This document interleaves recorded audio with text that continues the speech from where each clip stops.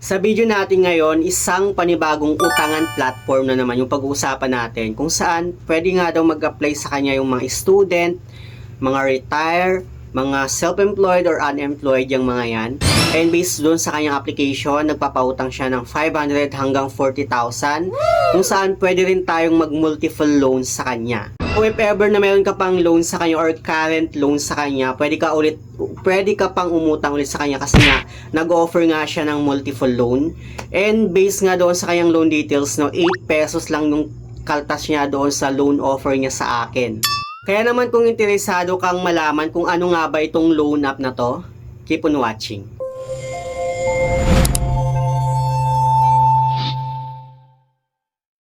Hello guys, it's Ciel Mariano and welcome back to my YouTube channel. At kung hindi ka pa nakapag-subscribe sa aking channel, please subscribe dahil palagi ako nag-share ng mga experience ko at nag-review ng mga OLA or online lending platform kung legit ba o hindi dito sa ating channel. So, isang panibagong utangan platform na naman yung pag-uusapan natin. Bagong-bago lang siya sa Google Play Store at madadownload siya sa Google Play Store, no? And based doon sa kanyang application nga, nag-offer siya ng 500 hanggang 40,000 na pwede nating mahiram sa kanya. And pwede pa tayong mag-multiple loans sa kanya kahit meron pa tayong current na loan. So, ano nga ba itong loan app na to, no? Anyway, bago nyo siya i-download, panoorin nyo muna itong video natin para maging aware kayo kung okay nga ba siya para sa inyo and kung pasado nga ba itong loan app para sa inyo.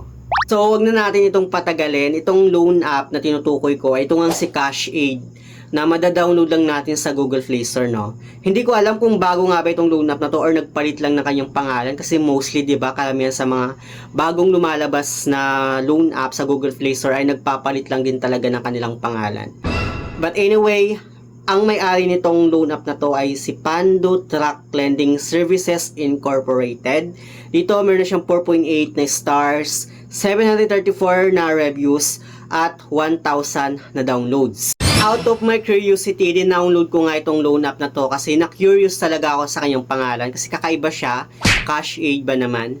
So, din-download ko nga siya at pagka-open ko na kanyang application, dito meron siyang permission declaration na kailangan nating intindihin, no? Which is kailangan nilang i-allow or kailangan nating i-allow yung mga permission na hinihingi nila. Katulad na lang ng app use information, image information, view Wi-Fi connections, SMS, files, Google Advertising ID, installed application device information, call logs, mobile phone code, camera. So, yun yung mga permission na hinihingi niya which is kailangan talaga natin i-confirm kasi wala naman tayong option, no? Once na hindi natin ko-confirm, hindi naman tayo makakapag-proceed dun sa kanilang application. Anyway, dito magsa-sign in na tayo kung saan mag-provide tayo ng cellphone number na gagamitin natin sa kanilang application at ilalagay lang din natin na yung OTP or yung verification code na na-receive natin. Then after nun, dito sa kanyang dashboard, wala tayong masyadong makikita dito. Ito lang, parang napaka-plain lang na kanyang dashboard. Hindi man lang niya pinakita kung magkano yung maximum loan amount na pwede nating mahiram sa kanya. Clinic ko na nga yung apply now at dito magpi-fill up na tayo ng ating personal information. Katulad lang ng ating province of residence, city of residence, residential address, educational level, marital status, number of children, at saka yung ating living conditions. So, yun yung mapifill upan natin dito sa personal information. Then, after nun, dito sa kanyang financial status, pipill upan naman natin yung ating profession, how long have you been here, working here, monthly salary or income, have you had any overdue orders in the past month, and maximum overdue days in the past month, total borrowing in the past month. So, yung mga pipill upan natin dito, no? And pagdating naman sa kanyang profession, yung mga pwedeng umutang or mag-apply sa loan app na to ay mga katulad na lang ng staff, entrepreneur, self-employed, student, retire, unemployed. So kung alin ka man dyan, pwede kang mag-apply sa kanya, no? Pero guys, no, wag muna kayo mag-apply sa kanya hanggat hindi nyo pa tinatapos itong video natin para malaman natin kung okay nga ba talaga itong loan app na to.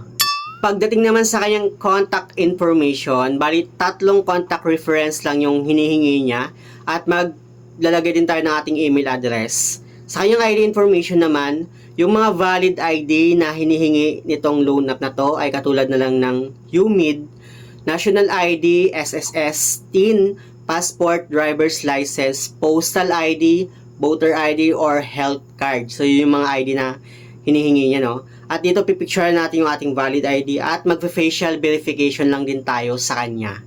Ganun lang kadali na mag-apply sa loan app na to. At dito, meron na siyang ino-offer pero multiple loan yung ino-offer niya. Ang dami. So, sabi niya dito, you can apply for multiple products depending on your loan needs. So, kahit 2, 3, 4 yung utangin mo na loan products niya, pwedeng-pwede yan. At dito makikita natin na nasabi niya 500 hanggang 40,000 yung credit limit na pwede nating mahiram sa kanya. Pare-pareho lang naman sila lahat ng loan product na to. Pare-pareho lang din. 0.80% lang daw yung kanyang interest rate. Sinubukan ko ngang mag-apply ng isa sa mga loan product niya para masilip ko yung kanyang loan details if ever man na mayroon siyang offer sa akin. At meron nga siyang offer no na 10,000 pesos. Ganun agad kalaki yung first offer niya sa mga first time borrower. At dito makikita natin yung kanyang loan details, no? Sabi niya, loan tenure is 120 days nga daw, yung kanyang loan term payment. Yung amount na ma-receive ko doon sa 10,000 offer niya is 9,992 pesos. Yung interest lang niya is 320 pesos. Service fee is 8 pesos. So, yun lang yung kaltas niya. So, it means, no, doon sa 10,000, meron lang siyang 8 pesos na kaltas.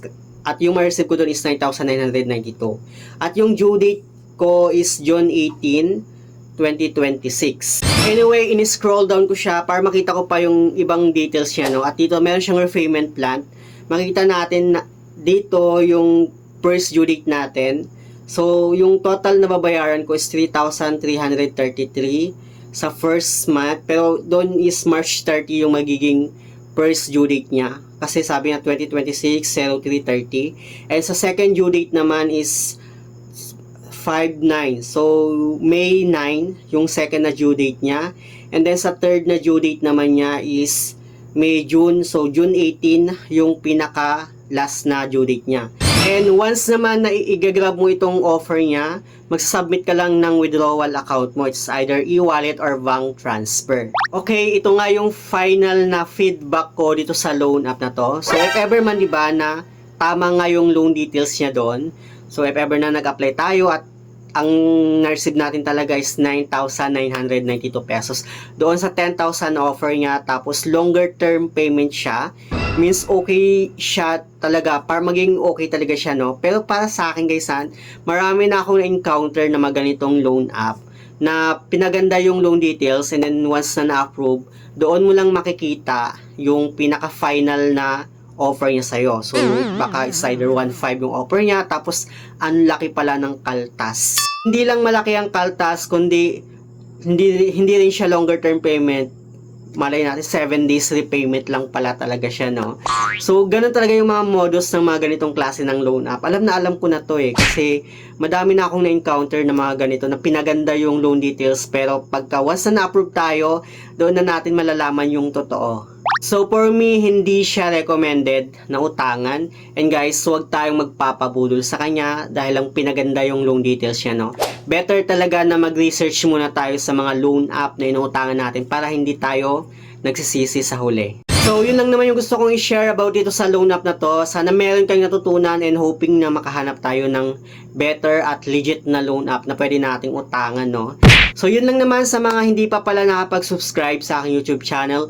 Please don't forget to like, share, and subscribe. Click the notification bell para lagi kang updated sa aking masusunod na video. Thank you guys. Thank you for watching and see you on my next video. Bye!